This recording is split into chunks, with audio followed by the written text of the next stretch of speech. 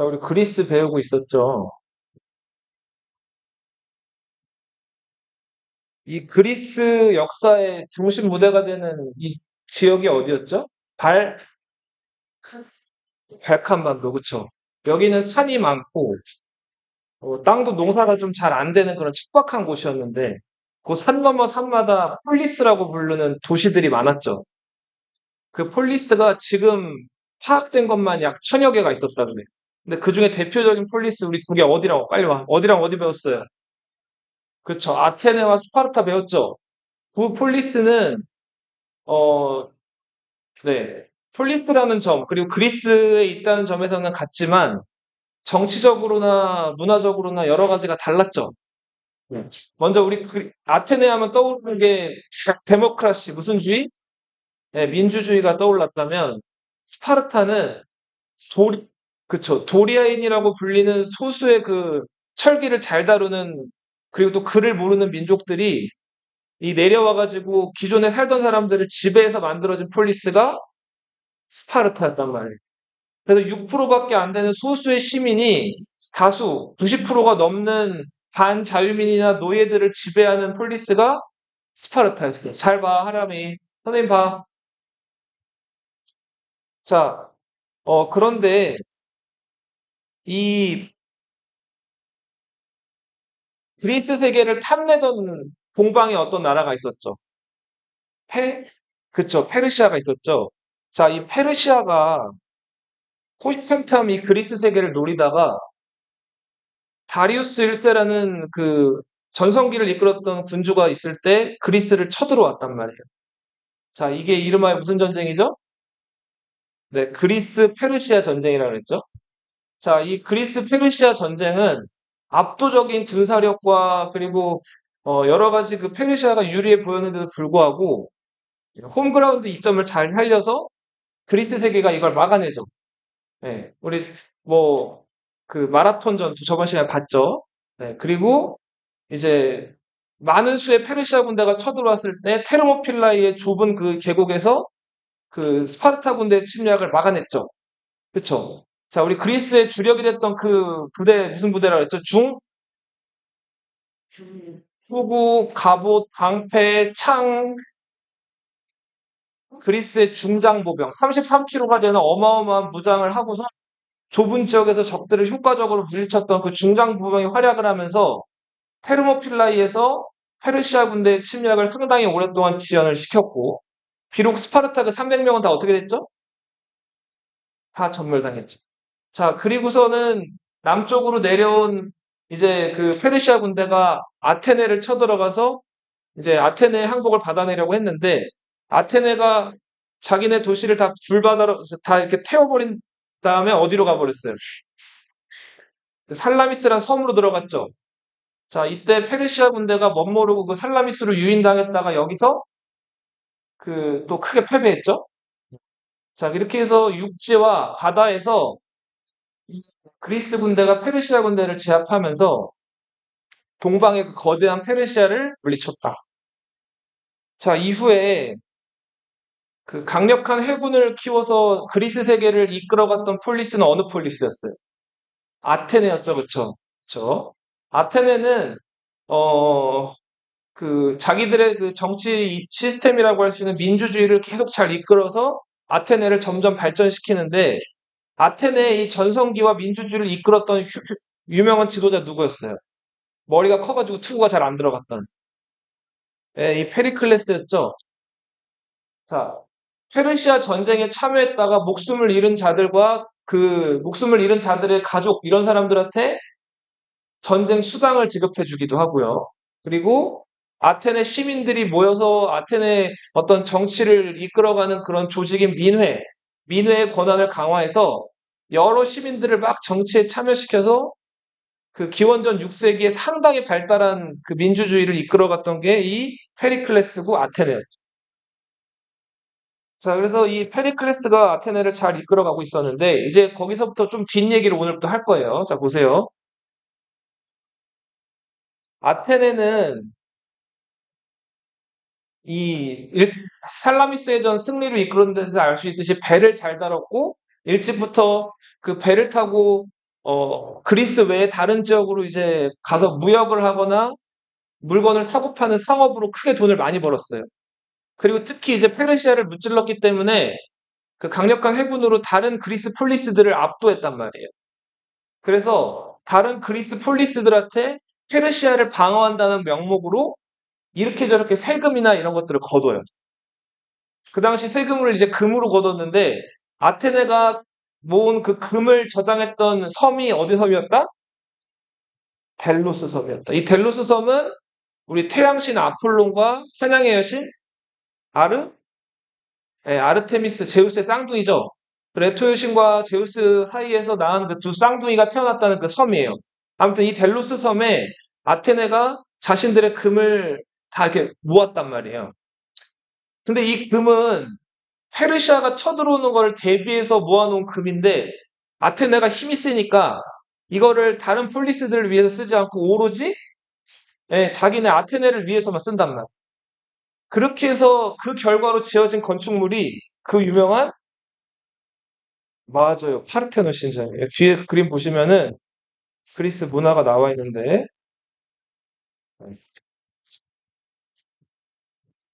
36페이지 보세요. 자, 가로와 세로의 비율이 1대 1.618. 그렇죠. 이걸 이제 황금 비율이라고 하고,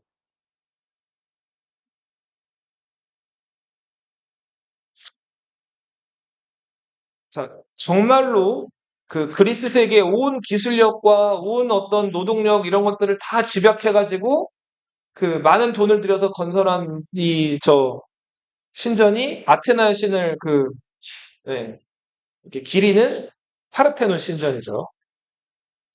어, 이 파르테논 신전은 이거 다 돌을 깎아가지고 만든 거거든요. 너희 그 돌을 깎아서 이렇게 뭔가 작품을 만들거나 조각하는 사람들 뭐라고 하는지 알아요, 혹시? 조각가라고도 하고 또,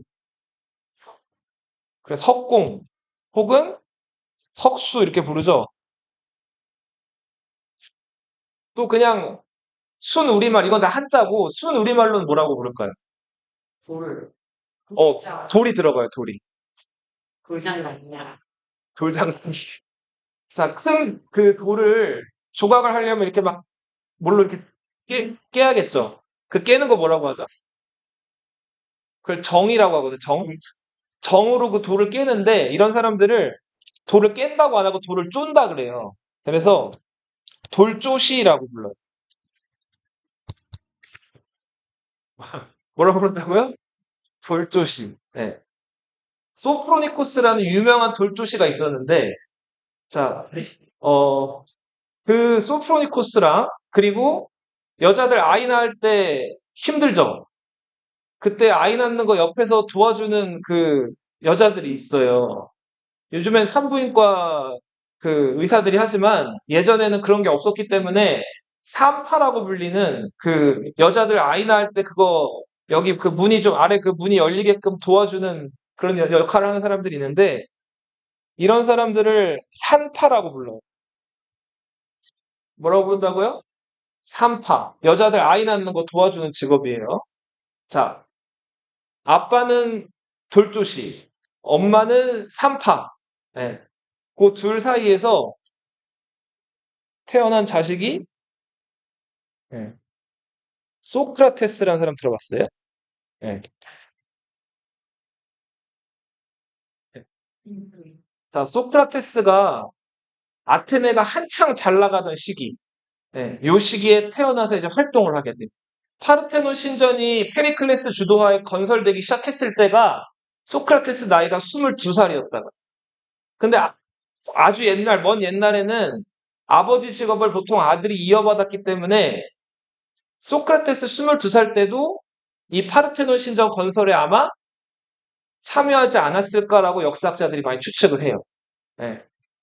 그래서 아무튼 이 아테네는 이렇게 파르테논 신전도 건설하고 그 델로스 섬에다 모아놓은 막대한 금을 자기네 나라 그 군대 키우는데 배 만들고 해군 육성하는데 키워가지고 자 정말 정말 잘 나갔어요. 자 그러던 상황에서, 아까 우리 지도자 누구 얘기했죠? 페리클레스.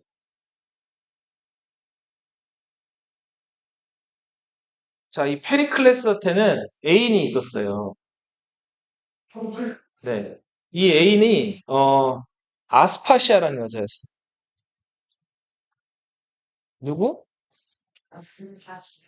아스파시아. 자, 이 아스파시아는 굉장히 좀 똑똑한 여인이었어요.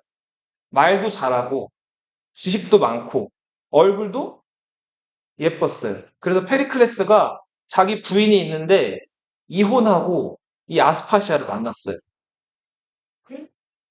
아스파시아가 마음에 들었기 때문에 아스파시아랑 사귀다가 이혼을 한 거죠. 자, 그렇게 해서 16년 동안 페리클레스가 아스파시아를 데리고 살았어요. 근데 아스파시아는 이 당시 직업이 뭐였을까요? 백수. 또,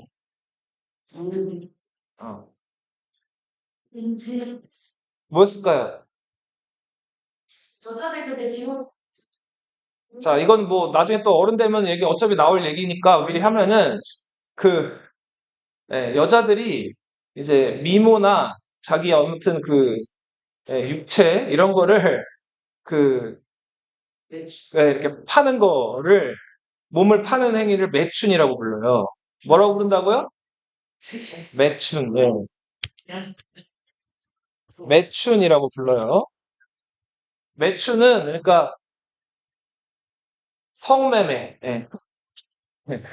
를 하는 사람인데 그냥 이것도 좀 알아두세요. 그리스 그 신화 보면은 여러 신들이 나오고 그 신들을 기리는 신전들 있죠. 그 신전에 뭐 아폴론 신의 어떤 신탁이나 이런 것들을 전달해주는 그 사제들이 남자였어요, 보통 여자였어요? 다 여자였단 말이에요. 그래서 여자가 황산가스 마시고 막 혼란한 상태에서 막 얘기하고 한다 그랬잖아요. 그 사람들 평소에는 이 매춘을 통해서 생계를 많이 유지를 했다 그래요. 네. 요즘 개념으로만 좀 너무 보면 안 되고, 아무튼 예전에는 좀 그랬다 그래요. 근데 매춘하는 여성들 중에는 두 그룹이 있었는데, 한 그룹은 헤타이라라고 불리는 사람들이었고, 헤타이라. 네. 또 한 그룹은 포르네라고 불리는 그룹이었어요. 자, 헤타이라는 이제 동료, 친구라는 뜻이에요. 어, 포르네는 이제 좀 육체적 관계 같네요. 그래서 왜 그 야동을 포르노라고 하죠? 그 네. 포르노라는 말이 여기서 유래한 거예요. 네. 알아두세요, 이거는. 자, 헤타이라, 근데 이제 아스파시아는 포르네가 아니라 이 헤타이라 쪽이었어. 그래서, 물론 이제 페리클레스랑 육체적 관계도 가기 했지만, 지적으로 워낙 뛰어났기 때문에, 주로 이제 그 페리클레스의 말동무, 그리고 심지어는 페리클레스가 아테네에서 중요한 정치적 결정을 할 때, 옆에서 조언을 해주는 그런 말상대, 말동무 역할을 했던 굉장히 지적인 여자가 이 아스파시아였어요. 근데 이 아스파시아는 페리클레스라는 그 최고 지도자 이제 그 애인답게 그냥 페리클레스만 어울린 게 아니라 자기 집을 여러 지식인들이나 철학자들이나 정치인들이 올 수 있게끔 이렇게 만들어 가지고 여러 남자들을 충대를 했어요. 네. 자, 그런데 이 워낙 아스파시아가 대화도 뛰어나고 지식도 잘 많았기 때문에 여러 사람들이 이 아스파시아와 이제 대화를 하려고 이렇게 찾아왔는데 문학 살롱 뭐 이런 것처럼 이렇게 사람들을 모았는데 그 중에 누구도 있었다? 돌조시와 산파의 아들이었던 소크라테스도 있었다. 그래서 소크라테스는 살아생전에 제자들을 많이 가르치고 여러 가지 뛰어난 말들을 많이 남겼지만 본인이 책을 쓴 게 하나도 없어요. 그럼 소크라테스의 지적인 것들은 다 누가 썼을까? 네, 소크라테스의 그 많은 제자들이 자기 스승의 이야기들을 기억해뒀다가 기록을 해놓은 거예요. 소크라테스의 유명한 제자 누가 있을까요? 플라톤. 플라톤의 또 제자 아리스토텔레스 들어봤죠? 네. 자, 그런데 아무튼 소크라테스는 공공연하게 자기의 가장 훌륭하고 뛰어난 스승은 누구다? 이 여자였던? 네, 아스파시아. 아스파시아. 자, 그래서 이 소크라테스는 아스파시아에게 많은 영향을 받았고, 특히 아스파시아에게 영향을 많이 받았던 게 수사학, 웅변. 수사학은 뭘까요? 수사가 뭘까요? 수사. 그건 범인을 잡는 건 이제 경찰들이 하는 거고, 형용사의 성격이 형용사. 형용사가 뭘 해요? 명사를 어떻게 해요? 수식하죠. 꾸며주죠. 수식이랑 어려운 말이 나왔어요. 꾸며주는 거 맞죠? 예. 자, 그러니까 말을 예쁘고 조리 있게 꾸며서 잘하는 말 있죠. 예. 그런 것들을 수사학이라고 불러요. 그리고 웅변은 남들 앞에서 이렇게 얘기하는 거 웅변이라고 하죠. 그런 것들을 이 여인에게 배웠다. 자, 그런데 이 소크라테스는 아스파시아를 상대로 아스파시아가 뭔가를 알려주면 그냥 예의에 하고 있는 게 아니라 그건 왜 그렇게 돼요? 이거는 왜 이렇게 되죠? 자꾸 무슨 질문을 했다? 왜라는 질문을 했어요. 왜? 어. 자, 그러니까 너희 앞으로 뭔가 배우거나 듣거나 뭐든 할 때 그냥 이거를 듣기만 하면 다 금방 잊어먹고 한단 말이에요. 근데 자꾸 왜라는 질문을 해가지고 어, 저, 그쵸. 말하는 사람이 좀 어떻게 보면 기분 나쁠 수 있는데 좀 그렇게 기분 거스르지 않게 정말 진리를 위해서 왜라는 질문을 계속 해가지고 굉장히 뛰어난 학문적 체계나 이런 것들을 구축했던 사람이 소크라테스인데, 아무튼 그 소크라테스의 정말 진지하고 어떤 진심을 담은 그런 질문, 그리고 진지하게 상대에게 이렇게 뭔가를 물어보는 이런 태도나 이런 것들이 그 아스파시아의 집을 찾아왔던 여러 그리스 사람들을 감동시켰어요. 그래서 이 소크라테스가 점점 이 그리스 지식계에서 유명 인사가 돼요. 그래서 처음에는 아스파시아를 찾는 사람이 더 많아졌다가 이 학문에 대해서 그리고 진리에 대해서 열정적으로 탐구하는 소크라테스의 모습을 보고 많은 사람들이 소크라테스에게 감동을 느끼고 유명인사가 됐다. 그런 소크라테스를 좋아했던 그리고 소크라테스의 수제자, 맛제자를 그 자처했던 인물로 알키비아데스라는 인물이 있어요. 네.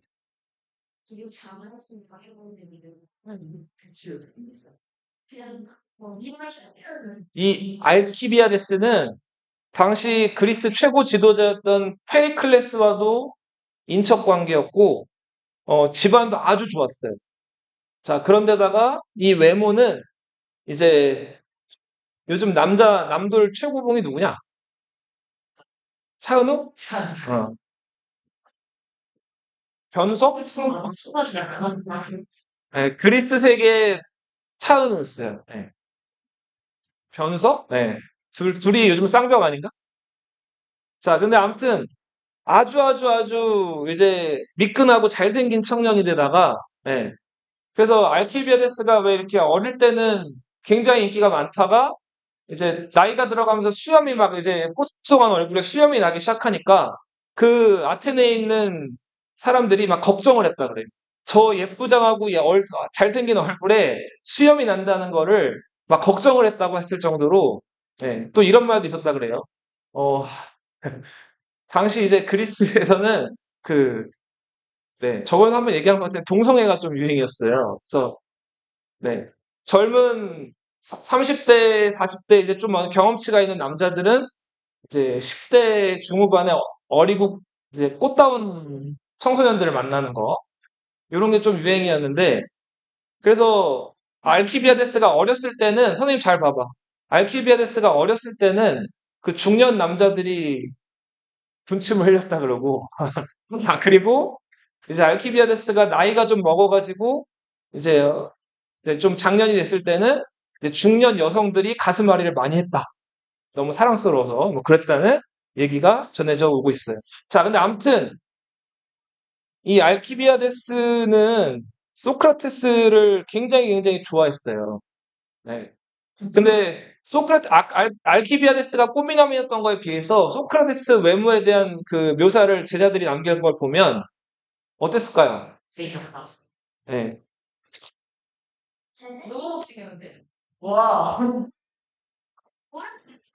네, 오른쪽 소크라테스. 자, 벗겨, 벗겨진 이마, 돌출된 눈, 네. 그리고 이게 들린 코, 들창코라고 하죠. 거기다가 이제 앙상한 팔다리, 그리고 이렇게 튀어나온 배. 네. 자, 그래서 비주얼적으로는 많이 좀, 네, 좀 최악의 비주얼이라고 여겨졌는데, 그 대화하는 모습, 그리고 지식을 탐구하는 여러 가지 그 지적인 모습 때문에 그리스 세계에서는 굉장히 인기가 많았다. 자, 그래서 이 소크라테스가 그렇게 지식계에서 많은 인기를 얻어가고 있을 때 알키비아데스는 어떻게든 이 스승과 더 친해지고 가까워지고 싶고 그리고 자기의 빼어난 미모를 이용해서 소크라테스를 이제 좀 유혹을 하려고 그랬어요.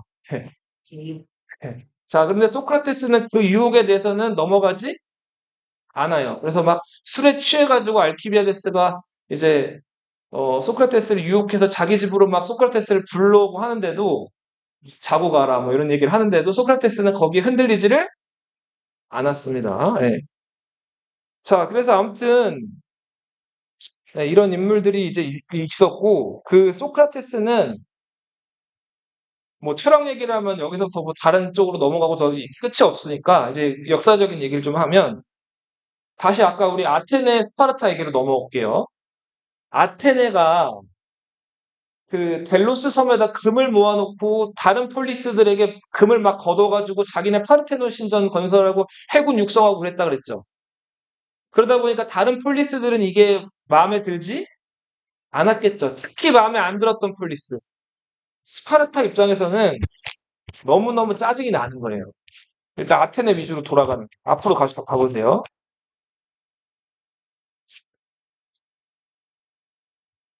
자, 그래서 자, 여기 스파르타가 있는 20페이지 여기 보세요. 요 발칸반도 끝자락에 붙어 있는 이 반도를 또 펠로폰네소스 반도라 그래요. 무슨 반도? 예. 이 펠로폰네소스에서 아테네의 독주, 아테네가 혼자 잘 나가는 거에 대해서 불만이 많았던 여러 폴리스들을 모아가지고 펠로폰네소스 동맹을 만들어요. 아테네는 자기네들이 금을 저장하는 그 섬의 이름을 따가지고 델로스 동맹. 자, 델로스 동맹 대 펠로폰네소스 동맹이 팽팽하게 이제 대립을 하게 된다. 자, 그러다 마침내 두 폴리스 간에 꽝 하고 뭐가 벌어졌다? 전쟁이 벌어졌다. 자, 이 전쟁에서 티격태격, 치고받고 하다가 아테네가 처음에는 유리했어요. 그런데 왜냐하면 뛰어난 지도자 페리클레스라는 뛰어난 지도자가 있었기 때문에. 그런데 전쟁이 시작되고 6년 만에 전염병이 돌아요, 아테네. 자, 이렇게 해서 이 전염병 때문에 전염병 뭐 병에는 뭐 당시 마스크가 있던 시대도 아니고 뭐 귀족이고 천민이고 없죠. 페리클레스가 이 전염병에 걸렸다가 병을 못 이겨내고 죽는단 말이에요. 자, 페리클레스가 죽은 다음에 이 아테네는 뛰어난 지도자를 잃었기 때문에 갈팡질팡 이제 뭐랄까 이 스파르타 공격에 대해서 제대로 대응을 못한단 말이에요. 자, 그러던 찰나에 선생님 아까 잠깐 수업 전반부에 얘기를 했는데 요 발칸반도 지역은 산이 많았다 그랬죠. 그리고 농사가 잘 됐다 그랬나요? 땅이 척박하다 그랬죠. 농사가 잘 안 돼요. 그래서 이 그리스 사람들은 곡식을 다른 지역, 식민지로 건설한 다른 지역에서 수입을 해다 먹거나 아니면 식민지로 만든 곳에서 이렇게 사다 먹었단 말이에요. 그, 네, 맞아요. 식량이 부족했기 때문에. 대표적인 곳이 세 군데가 있었어요. 먼저, 당시에 시라쿠사라고 불리던 이탈리아의 지중에서 제일 큰 섬, 시칠리아가 있었고요. 그리고 터키 지역, 소아시아가 있었고, 그리고 북아프리카 이집트 지역에서 식량을 이제 수입해 먹었단 말이에요. 자, 그런데 전쟁이 났으니까 이제 아테네든 스파르타든 식량이 중요했겠죠. 그래서 식량 보급지라고 할 수 있는 이 시칠리아 지역, 시라쿠사 지역을 당시 스파르타가 차지하고 있었는데 이거를 아테네가 차지하려고 여기에 군대를 보내요. 자, 그렇게 해서 시라쿠사, 그러니까 지금 시칠리아라고 불리는 이 섬으로 아테네가 해군을 이끌고 쳐들어가. 이 해군을 이끌었던 장군이 누구였을까요? 소크라테스의 제자? 알, 그 오만했던? 고곤미나? 네, 알키비아데스. 알키비아데스는, 소크라테스 제자이면서, 네, 외모는 뛰어났지만 학문적으로 그렇게 뛰어나지를 못했고, 좀 이렇게 허세나 약간 이런 좀 오만한 그런 기질이 있었단 말이에요. 그러니까 집도 잘 사는 그 금수저고 엄친한데 좀 뭐랄까 잘난 척을 하고 좀 이렇게 오만한 게 있었어요. 그래서 페리클레스가 죽은 다음에 막 지금 아테네가 되게 횡설수설하고 어려운 상황이었는데도 항상 사람들 앞에서 자신감 있게 나아가가지고 아, 그 스파르타 그까짓 거 무너뜨리는 거 쉽지 어렵지 않다. 자, 이런 식으로 얘기를 하다가 마침내 이 스파르타를 공격해는 그러니까 시칠리아를 공격해 들어가는 사령관으로 임명이 된 거예요. 자, 알키비아데스가 이제 많은 해군을 이끌고 이 시칠리아 섬으로 항해를 해 갔어요. 자, 그런데 알키비아데스가 떠난 다음에 아테네에서 어떤 사건이 벌어져요. 자, 우리 제우스가 번개의 신, 최고의 신이죠. 그 제우스가 자기 의지나 이런 것들을 사람들 혹은 다른 신들에게 전달할 때 그거를 전달해주는 전령의 신이 있죠. 그쵸? 자, 이 헤르메스라는 전령의 신이 있는데 아테네는 전쟁 전에 이 헤르메스 신에게 이제 그 제물을 바치고 이렇게 축원을 비는 그런 행사를 했단 말이에요. 자, 그런데 헤르메스 조각상이 있었을 거 아니에요? 그 헤르메스 조각상에 이 훼손되는 사건이 벌어져요. 자, 그 헤르메스 조각상에 특히 또 이제 그 중요한 부분, 네, 그 남자의 그 중요한 부분 있죠? 자, 그 부분이 이제 훼손되는 사건이 벌어진다고. 자, 근데, 그래, 이거 범인이 누구지? 범인을 꼭 잡아내야겠다 했었는데, 자, 이 범인을 못 잡아내다가, 자, 그 아테네 시민 중 하나가 헤르메스 조각상을 훼손한 사람을 봤다는 시민의 제보가 하나 들어와요. 근데 그 시민의 제보 입에서 누구 얘기가 나왔을까요? 알키비아데스 얘기가 나와요. 알키비아데스가 요즘에도 뭐 재벌집 아들들 중에서 반듯한 사람들도 있지만은 아버지 재산이나 이런 거 믿고 막 술 마시고 남봉 피우는 사람들 있잖아요. 자, 그런 것들 마냥 그 잘 사는 집 아이들이랑 어울려 다니고 이제 술 취해가지고 막 허세 부리고 다니다가 약간 객기 비슷하게 그 헤르메스 조각상을 한번 훼손하자 그런 내기를 했는데 그때 알키비아데스가 거기 껴있었다는 거예요. 자, 이렇게 되면서 어? 뭐야 이거? 그럼 알키비아데스가 범인 아냐? 라는 여론이 아테네에서 확 일어나요. 그래서 지금 전쟁에서 수령관으로 나가 있던 알키비아데스에게 사람을 보내서 아테네 와서 재판을 받으라. 자, 알키비아데스 여기서 어떻게 했을까요? 아테네로 돌아왔을까? 순순히? 아테네로 안 돌아와요. 어떻게 했을까요? 스파르타에게 항복을 한다. 쉬워 정확하네. 자, 그 다음 스파르타로 가서 항복을 한 다음에 스파르타는 라이벌 국가죠. 그 적의 국가에 가가지고 아테네의 군사적 약점이나 정보를 그렇죠. 다 이 아테네에 팔아 넘긴 거예요. 자, 그래서 이때부터 알키비아데스 때문에 아테네가 스파르타와의 전쟁에서 계속해서 패배하고 패배하고 패배하게 돼요. 자, 근데 이제 아테네 사람들은 열이 받았겠죠. 자, 열이 받았는데 문제는 열 받으면 화풀이할 대상이 필요하잖아요. 자, 그 화풀이할 대상 누구였을까요? 알키비아데스는 이미 없잖아요. 맞아요. 제자를 그렇게 가르쳤기 때문에 제자가 그렇게 됐다 그러니까 됐다 이거예요. 그래서 알키비아데스의 스승이었던 누구한테 화살이 간다? 네, 소크라테스가 이때부터 아테네 시민들에게 이런저렇게 안 좋은 소리를 듣고 네, 욕을 먹게 된다. 자, 그런 와중에 아테네랑 스파르타랑 이 바다에서 한번 또 해전을 벌였는데 그래도 아테네가 수군은 세죠. 그래서 뭐 크진 않았지만 작은 승리를 거뒀어요. 근데 해전은 이제 전투를 치르다 보면 배가 침몰하거나 하는 사건이 벌어지죠. 자, 그 해전에서 아테네 배가 침몰을 했는데 배가 침몰하면 그 배에 타고 있던 사람들이 죽죠. 자, 그래서 이때 또 마침 또 폭풍도 막 불고 해가지고 배가 몇 채가 뒤집히면서 아테네 그 전쟁에 참여했던 그 군인들이 꽤 죽었단 말이에요. 자, 보통 그렇게 근데 전쟁에서 이겼어요. 자, 그런 상황이면 그 전쟁에서 죽은 그 군인들 시체 이런 것들을 그래도 어떻게 해와야 돼? 그렇죠. 가져와야 되죠. 가족들이 또 있으니까 아테는. 근데 아까 뭐가 심했다 그랬죠? 네, 폭풍우가 막 이렇게 몰아쳤단 말이에요. 그래서 물살이 센 곳이었어요. 그죠? 그래서 우리 왜 한 뭐 10년 전 이럴 얼마 전에도 우리 대한민국에서도 배 뒤집혀가지고 또 큰 사건이 있었는데 그거 그때 막 수색하다가 수색하는 사람들이 죽기도 하고 이랬단 말이에요. 그래서 아무튼 이 당시에도 그 전쟁에서 승리를 이끌었던 장군들이 수색을 하려다가 결국 포기를 하고 아테네로 돌아와요. 자, 근데 이때 아테네에서 그 유가족들이 단체로 항의를 한 거예요. 왜 뭐야, 우리 지금 아테네를 위해 싸우다 죽은 군인들 시체를 안 건져오느냐? 자, 저걸 건져와야 된다. 그러면서 건져오지 않은 저 장군들을 벌을 줘야 된다.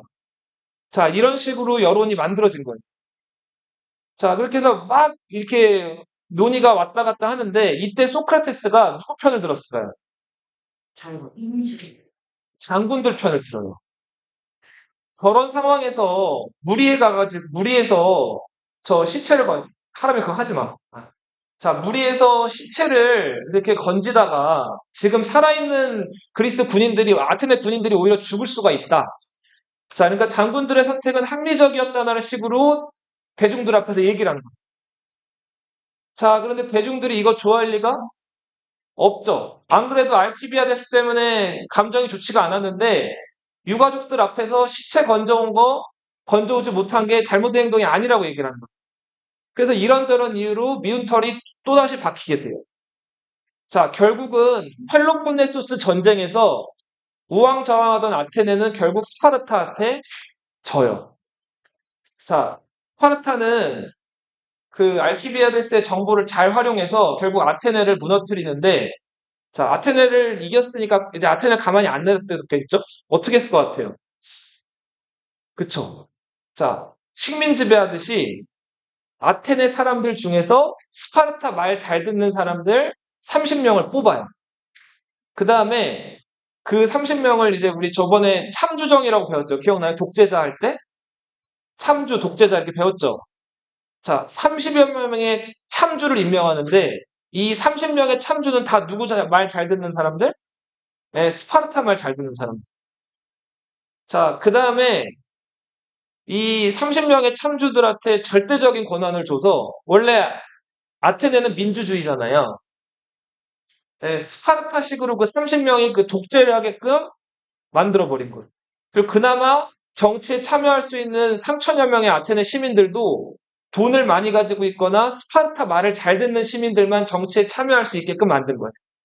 아테네에서 불만 굉장히 많았겠죠? 그런데 이걸 스파르타가 어떻게 했을까요? 그렇죠. 스파르타식으로 제압을 하는데, 자, 마스티고 포로이. 마스티고가 뭘 것 같아요? 이게 채찍이란 뜻이거든요. 말 안 듣는 사람들은 어떻게 했을까요? 채찍질을 하는 거예요. 그 30명의 참주의 말을 안 들으면 이제 채찍질을 해가면서 아테네를 무자비하게 독재하듯이 다스렸다고. 근데 그 30명의 참주 중에서 아주 악명 높은 이 마스티고 포로이 중에서 소크라테스의 제자가 또 하나 있었어. 그래서 아테네 사람들은 알키비아데스, 그리고 또 저 뭐야 그 유가족들 기분 나쁘게 그 시체들 건져오지 말자고 한 거, 그리고 마스티고 프로이.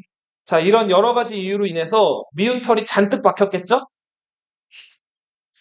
자, 이런 상황에서 그 누군가 소크라테스를 고발을. 자, 소크라테스가 평소에도 제자들한테 이런 얘기들을 많이 했다 그래요. 우리 아테네든 스파르타든 이 그리스에서는 제우스, 포세이돈, 자기들이 믿는 신들이 있죠. 그리스 신화 들어봤잖아요. 그죠? 자, 근데 소크라테스가 이 그리스 신화를 읽어보면 제우스가 신답게 이렇게 멋있는 일만 해요? 막 바람 피우고 사고 치고 막 이러고 다니죠. 자, 이거는 신답지 못한 행동이라고 소크라테스가 그 자기 제자들이나 청년들을 찾아다니면서 그렇게 공공연하게 얘기를 많이 했단 말이에요.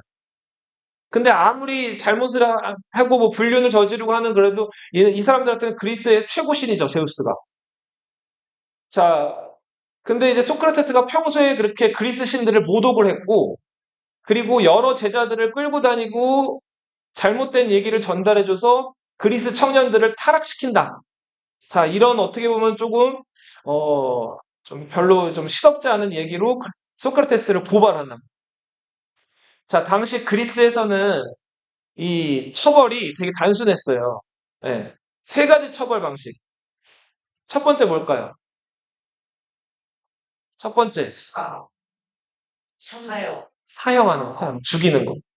독약을 먹여서 죽이는 거. 두 번째는 도편 추방제, 쫓아내는 거예요. 폴리스 받고.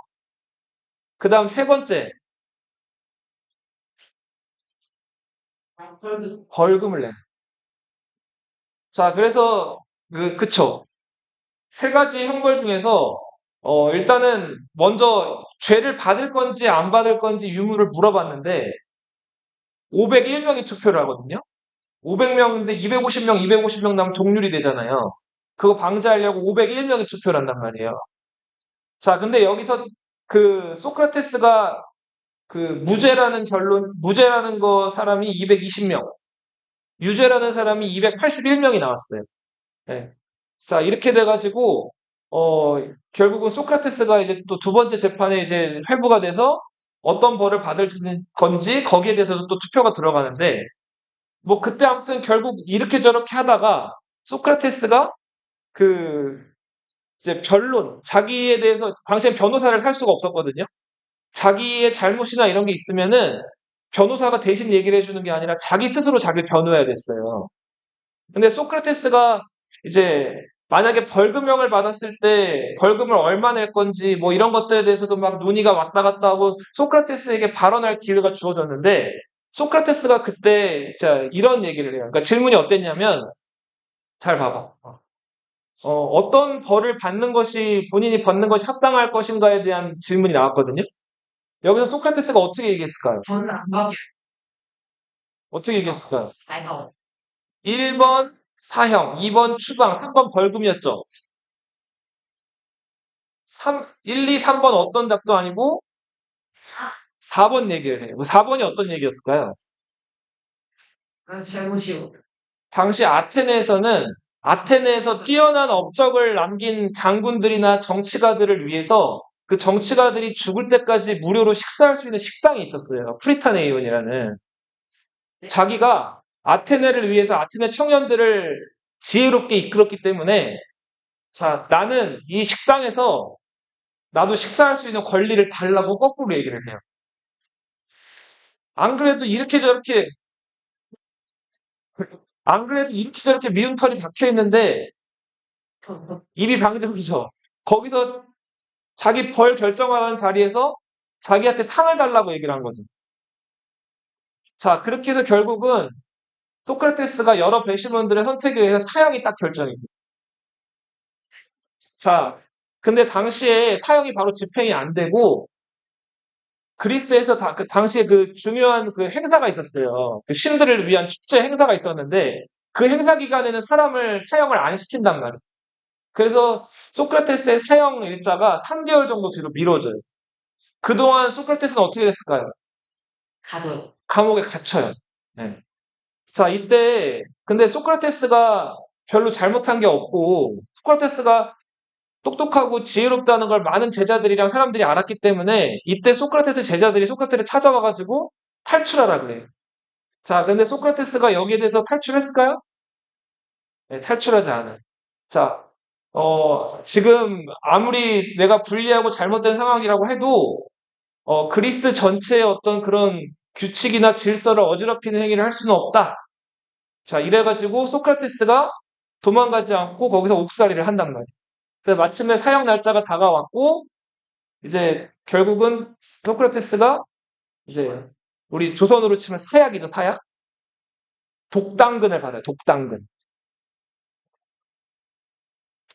당근의 시험한 게 아니라, 그쵸. 당근이 원래 옛날, 당나라 피 근자거든요. 그러니까 중국에서 온 식물이라고 해서 당근이라고 불리는 건데, 당근하면 우리 빨간 여기 열매만 떠오르죠. 근데 당근 위에 그 줄기가 초록색이죠. 그게 미나리과예요. 미나리 들어본 적 있어요? 네. 그래서 그쵸. 독당근은 독미나리라고 보면 돼요. 그래서 서양에서는 그, 그 독당근으로 이걸 어떻게 정제를 잘해가지고 독약을 만들어요. 그래서 그거를 먹게 한단 말이에요. 그걸 먹으면 이제 사지가 마비되면서 죽어가는데, 아무튼 그 독당근을 결국은 소크라테스는 받고 죽게 된다. 예. 자, 이렇게 해서 소크라테스가 죽고, 소크라테스의 죽음을 너무너무 슬퍼했던 그 제자들, 플라톤, 뭐, 크세노폰, 뭐, 이런 여러 제자들이 소크라테스가 죽기 전까지 했던 여러 가지 언행이나 이런 것들을 기록해서 남긴 책이 이제 플라톤의 뭐 국가라든지 뭐 이런 책들입니다. 그래서 아무튼, 예, 소크라테스가 죽었어요. 현명한 사람이 죽었죠. 소크라테스가 죽고 나서 이제 한동안 스파르타가 그리스 세계의 패권을 장악을 했어요. 자, 그렇게 잘 나갔는데, 이제 문제는 스파르타 통치 방식이 여러 사람에게 호감을 주는 방식이 아니었죠. 자, 스파르타가 아테네 못지않게 다른 나라들에게 막 세금을 많이 걷고 이렇게 저렇게 강요를 하니까 이번에는 이 테베라는 폴리스, 네. 그리고 여기 코린트, 예, 요두 폴리스, 그리고 다시 스파르타에게 이를 갈고 있었던 아테네 시민들이 중심이 돼서 셋이 연합을 해요. 그리고는 스파르타랑 또 전투를 치른단 말이에요. 자, 여기서 이 테베가 중심이 돼가지고 스파르타를 무너뜨려요. 테베는 군사가 많지는 않았는데 되게 강력한 군단을 보유하고 있었거든요. 자, 테베의 강력한 군단, 부대. 무슨 부대였을까요? 이름은 신성부대였어요. 테베의 무슨 부대? 신성한 부대, 신성부대였어요. 왜 신성한 부대였을까요? 십자가? 아니, 십자가 아니야. 자, 이들은 네, 그, 300명이었거든요, 이들도. 네, 정예부대인데, 150쌍이었어요, 150쌍. 150쌍이라고 하는 거는, 어, 이게 이제, 남자 커플 150쌍이었어요. 아주, 소위 말하는 이제, 게이 부대였어요, 게이 부대. 근데 150쌍이라 그랬죠? 근데 이 한 쌍이 굉장히 좀 뜨거운. 자, 그래서 봐봐요. 자, 사랑하는 사람이랑 같이 전쟁을 나가요. 근데 전쟁 나가면은 막 활이 날라오고 죽을 수도 있죠. 근데 내 남자친구가 죽을 수도 있죠. 예. 자, 어떨까요? 내 남자친구가 죽어간다면, 네. 안 되겠죠. 그래서 자기 그 애인을 위해서 필사적으로 싸웠다 그래. 네. 그래서 그 어마어마한 전투력을 발휘했던 이 신성부대, 신성부대가 중심이 돼서, 네. 자, 스파르타가 결국은 테베에 의해서 무너지게 됩니다. 한동안 테베가 이 발칸반도 지역에서 패권, 그리스 세계에서 패권을 장악을 했는데, 지금 이 소위 말하는 이제 내분이죠, 거예요, 내분. 그리스 세계에서. 이렇게 그리스 세계에서 서로 치고받고 내분이 벌어지고 있을 때, 자, 잠잠히 이 그리스 세계에서 서로 물어뜯고 있는 거를 쳐다보고 있던 나라가 있었는데, 그 나라가 마케도니아라는 나라였어요. 페르시아는 그 그리스랑 한번 싸우고 나서 진 다음에 여전히 그 땅덩어리는 넓긴 했는데 한풀 꺾여버려요. 예. 그래서 그리스 세계를 넘보지는 못하는 상황이 됐고, 마케도니아란 나라가 이제 힘을 기르면서 이들의 내분을 이제 지켜보고 있다가 요 주변 국가들을 통합하고, 여기 보면 에페이로스라고 있죠. 이 에페이로스라는 또 강력한 나라랑 손을 잡고 이 마케도니아가 그리스로 쳐들어와요. 그리고 테베를 무너뜨리고 이 발칸반도를 마케도니아가 장악을 한답니다.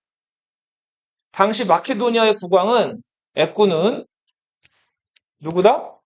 필리포스 2세다. 자, 선생님 봐봐. 요거 오늘 얘기하고 마칠게요. 아까 마케도니아가 어디랑 손을 잡았다 그랬죠?